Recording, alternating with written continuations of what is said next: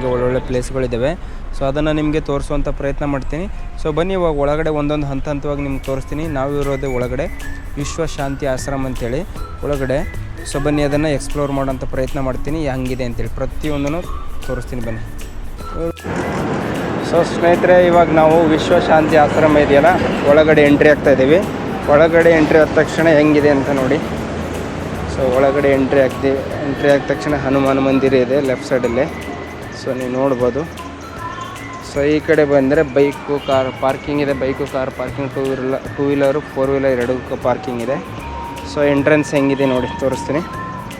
So ಈ ಕಡೆ ಬಂದು ಎಂಟ್ರೆನ್ಸು ಸ್ವಾಗತ ಕೇಂದ್ರ ವೆಲ್ಕಮ್ ಸೆಂಟ್ರ್. ಸೊ ನೋಡಿ ಇದೆ ಎಂಟ್ರೆನ್ಸು.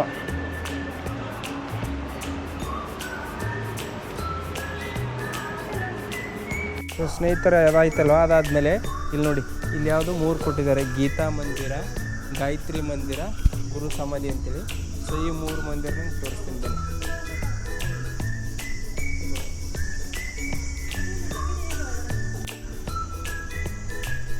ಸೊ ಸ್ನೇಹಿತರೆ ಇದು ನೋಡ್ತಾ ಇದ್ದೀರಲ್ಲ, ಇದು ಬಂದುಬಿಟ್ಟು ಶ್ರೀ ಪ್ರಸನ್ನ ದುರ್ಗಾದೇವಿ ಸನ್ನಿಧಿ ದೇವಸ್ಥಾನ ಅಂಥೇಳಿ. ಎಂಟ್ರಂತ ತಕ್ಷಣ ಒಳಗಡೆ ಇರುವಂಥ ಒಂದು ದೇವಸ್ಥಾನ ಇದು. ಸೊ ನೋಡ್ಬೋದು.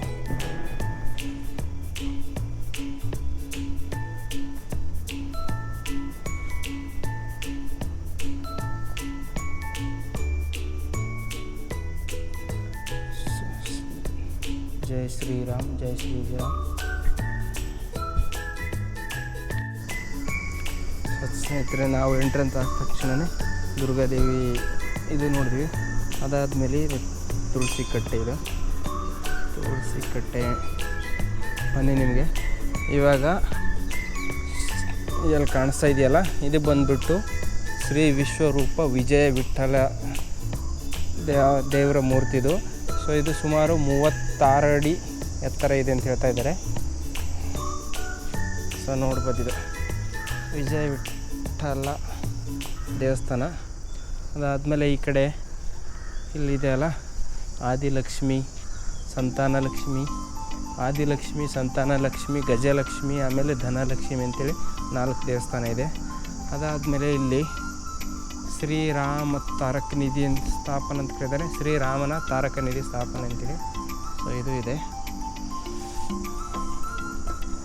ಸೊ ಆಮೇಲೆ ಇನ್ನೊಂದು ಏನಂದರೆ ಈ ಸ್ಟ್ಯಾಚು ಇದೆಯಲ್ಲ, ಸ್ಟ್ಯಾಚುಗೆ ಹಿಂದ್ಗಡೆ ಏನಾದರೂ ಪೂಜೆ ಗೀಜೆ ಹೂವಿನ ಹಾರ ಹಾಕ್ಬೇಕಂದ್ರೆ ಹಿಂದ್ಗಡೆ ಈ ಥರ ಇದೆ ನೋಡಿ, ಹಿಂಗೆ ಹತ್ಕೊಂಡು ಆ ಸ್ಟ್ಯಾಚು ಮೇಲೆ ಹೋಗ್ತಾರೆ. ಇನ್ನೊಂದು ಏನು ಹೇಳಿದ್ದಾರೆ ನೋಡಿ, ರಾಮ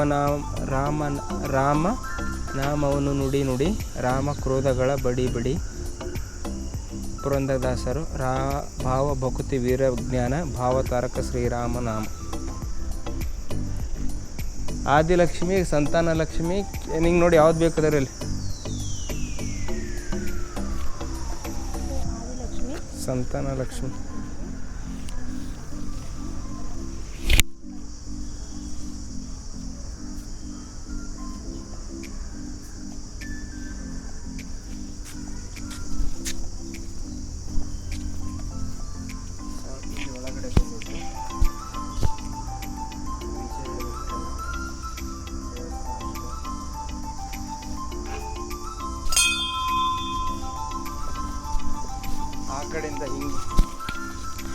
ಆ ಕಡೆಯಿಂದ ಹಿಂಗೆ ಬಂದರೆ ಇಲ್ಲಿ ಕಾಣಿಸ್ತಾ ಇದೆಯಲ್ಲ, ಮೊದಲನೇದು ವೀರಲಕ್ಷ್ಮಿ, ಐಶ್ವರ್ಯಲಕ್ಷ್ಮಿ, ವೀರಲಕ್ಷ್ಮಿ, ಐಶ್ವರ್ಯ. ದುಡ್ಡು ಗಿಡ್ಡು ಏನೋ ಜಾಸ್ತಿ ಬೇಕಾದರೆ ನೋಡಿ ಐಶ್ವರ್ಯಲಕ್ಷ್ಮಿ ಬೇಡ್ಕೋಬೋದು. ಇಲ್ಲಿ ವಿದ್ಯಾವೀಣಲಕ್ಷ್ಮಿ, ಇದು ಧಾನ್ಯಲಕ್ಷ್ಮಿ. ಸೊ ಎಲ್ಲ ರೀತಿ ಲಕ್ಷ್ಮಿಗಳು ಆ ಕಡೆ ಬಲಗಡೆ ಎಡಗಡೆ ಎಲ್ಲ ರೀತಿ ಲಕ್ಷ್ಮಿಗಳು ಇದ್ದಾರೆ ಇಲ್ಲಿ. ಸೊ ನೋಡ್ಬೋದು. ಸೊ ಈ ಥರ ಇದೆ ನೋಡಿ ಎಂಟ್ರೆನ್ಸಲ್ಲಿ ಬಂದ ತಕ್ಷಣ ಒಳಗಡೆ ಹಿಂಗಿದೆ ನೋಡಿ. ಸೊ ಇಲ್ಲಿ ನೀವು ನೋಡ್ಬೋದು ಭಾರತದ 7 ಪವಿತ್ರ ನದಿಗಳು ಎಡದಿಂದ ಬಲಕ್ಕೆ ಅಂತ ಹಾಕಿದ್ದಾರೆ. 7 ನದಿಗಳು ಯಾವೆಂದರೆ ಯಮುನಾ, ಗೋದಾವರಿ, ಸರಸ್ವತಿ, ನರ್ಮದಾ, ಸಿಂಧು ಮತ್ತು ಕಾವೇರಿ ಅಂತೇಳಿ. ಈ 7 ಸಪ್ತ ನದಿಗಳದ್ದು ಸಂಬಂಧಪಟ್ಟಂಗೆ ಒಂದು ಸ್ಟ್ಯಾಚು ಮಾಡಿದ್ದಾರೆ. ಎಷ್ಟು ಚೆನ್ನಾಗಿ ಮಾಡಿದ್ದಾರೆ ತೋರಿಸ್ತೀನಿ ಬನ್ನಿ ನಿಮಗೆ. ಇದು ಇದೆಯಲ್ಲ ಇಲ್ಲಿ ನೋಡಿ ಈ ಥರ.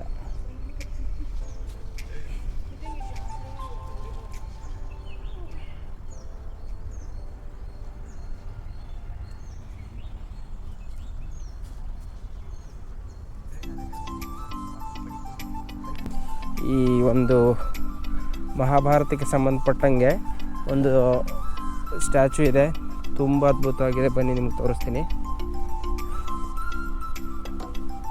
ಸೊ ನೋಡಿ, ಒಂದು ಆ ಸ್ಟ್ಯಾಚು ಇದೆ. ಸ್ಟ್ಯಾಚು ಅಪೋಸಿಟ್ ಬಂದ್ಬಿಟ್ಟು ಸಪ್ತ ನದಿಗಳಿಗೆ ಸಂಬಂಧಪಟ್ಟಂಗೆ ಸ್ಟ್ಯಾಚು ಇದೆ. ಸೊ ನೋಡಿ ಈ ಥರ.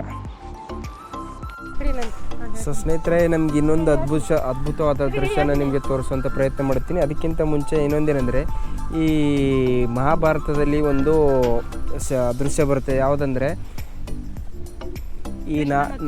ಈ 4 ಕುದುರೆಗಳನ್ನು ಹೊಂದಿರೋ ರಥದ ಸಾರಥಿಯಾಗಿ ಶ್ರೀಕೃಷ್ಣನು ತನ್ನ ಅರ್ಜುನನಿಗೆ ಮಹಾಭಾರತದಲ್ಲಿ ಒಂದು ಉಪದೇಶವನ್ನು ನೀಡುವಂಥ ಒಂದು ದೃಶ್ಯ ಇದೆಯಲ್ಲ, ಅದನ್ನು ಇಲ್ಲಿ ಎಷ್ಟು ಚೆನ್ನಾಗಿ ಕೆತ್ತನೆ ಮಾಡಿದ್ದಾರೆ ಅಂದರೆ ನಿಮ್ಗೆ ಅದನ್ನು ತೋರಿಸ್ತೀನಿ ನೋಡಿ. ಇವಾಗ ಇಲ್ಲಿ ನೋಡ್ಬೋದು. ಸೊ ಇದನ್ನು ಮುಂದುಗಡೆ ಬಂದರೆ 4 ಕುದುರೆಗಳನ್ನು ಹೊಂದಿರುವ ರಥ. ಆ ರಥದ ಸಾರಥಿಯಾಗಿ ಶ್ರೀಕೃಷ್ಣನು ಏನು ಮಾಡ್ತಾನೆ ಅಂದರೆ, ಹಿಂದುಗಡೆ ಮುಖ ಮಾಡಿಬಿಟ್ಟು ಅರ್ಜುನನಿಗೆ ಉಪದೇಶ ನೀಡುವಂಥ ಒಂದು ದೃಶ್ಯವನ್ನು ಎಷ್ಟು ಅದ್ಭುತವಾಗಿ ಕೆತ್ತನೆ ಮಾಡಿದ್ದಾನೆ ಅಂದರೆ ನೋಡ್ಬೋದು. ಈ ಮಹಾಭಾರತಕ್ಕೆ ಸಂಬಂಧಪಟ್ಟ ಒಂದು ಈ ದೃಶ್ಯನ. ಸೊ ನೋಡಿ, ಈ ಕುದುರೆಗಳಾಗಿರ್ಬೋದು, ಆಮೇಲೆ ಕೃಷ್ಣ ಹಿಂದುಗಡೆ ಕೂತ್ಕೊಂಡು ಅರ್ಜುನನಿಗೆ ಉಪದೇಶ ಮಾಡ್ತಾ ಇರುವಂಥ ಒಂದು ದೃಶ್ಯ. ಆಮೇಲೆ ಈ ರೈಟು ಲೆಫ್ಟು ಸಿಂಹಗಳು. ಆಮೇಲೆ ನೋಡಿ ಕೆಳಗಡೆ ಈ ಒಂದು ರಥದ ಈ ಗಾಲಿ ಇದೆಯಲ್ಲ, ಈ ಗಾಲಿ ಸಮೇತ ಎಷ್ಟೊಂದು ಚೆನ್ನಾಗಿ ಅದ್ಭುತವಾಗಿ ಇದು ಮಾಡಿದ್ದಾರೆ ನೋಡಿ. ಆಮೇಲೆ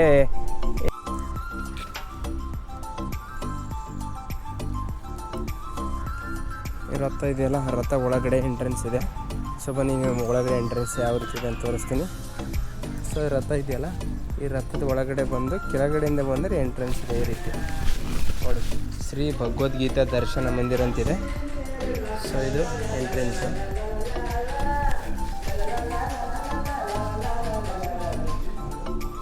ನೋಡಿ, ಯಾರೋ ಸಾಂಗ್ ಬೇರೆ ಹಾಡ್ತಾ ಇದ್ದಾರೆ, ಶ್ರೀ ಭಗವದ್ಗೀತಾ ಮಂದಿರ ಅಂತೇಳಿ.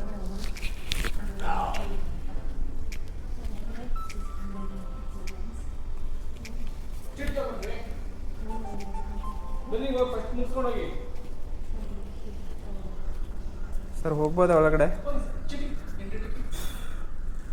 ಇದೆ ಇದೆ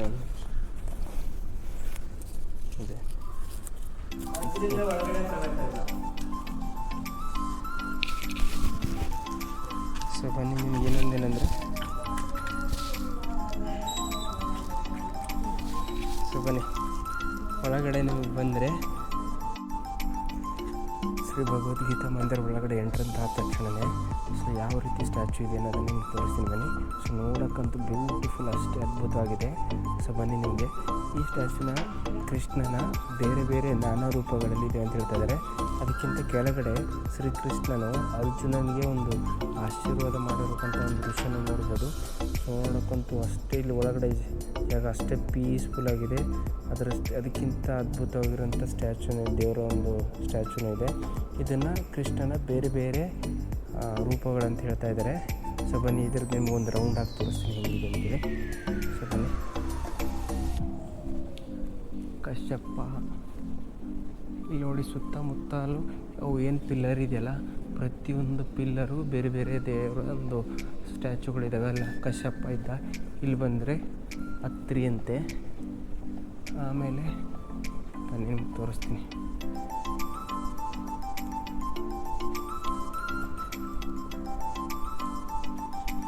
ಭಾರದ್ವಾಜ ಇಲ್ಲಿ ಬಂದರೆ ಇದು ಹಿಂದುಗಡೆ ಇರುವಂಥ ಸ್ಟ್ಯಾಚು ಇದೆಯಲ್ಲ, ಇಲ್ಲಿ ಕಾಣಿಸ್ತಾ ಇದೆಯಲ್ಲ, ಇದು ವಿಶ್ವಾಮಿತ್ರ. ಆಮೇಲೆ ಗೌತಮ ಇಲ್ಲಿದೆಯಲ್ಲ, ಇದು ಬಂದ್ಬಿಟ್ಟು ಗೌತಮ.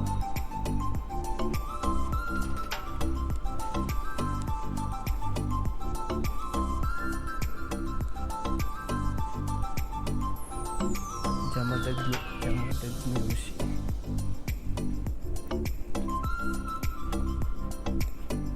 ಇದು ಒಂದು ಲಾಸ್ಟ್ ಒಂದು ಸ್ಟ್ಯಾಚು ಇರೋದು ವಶಿಷ್ಠ.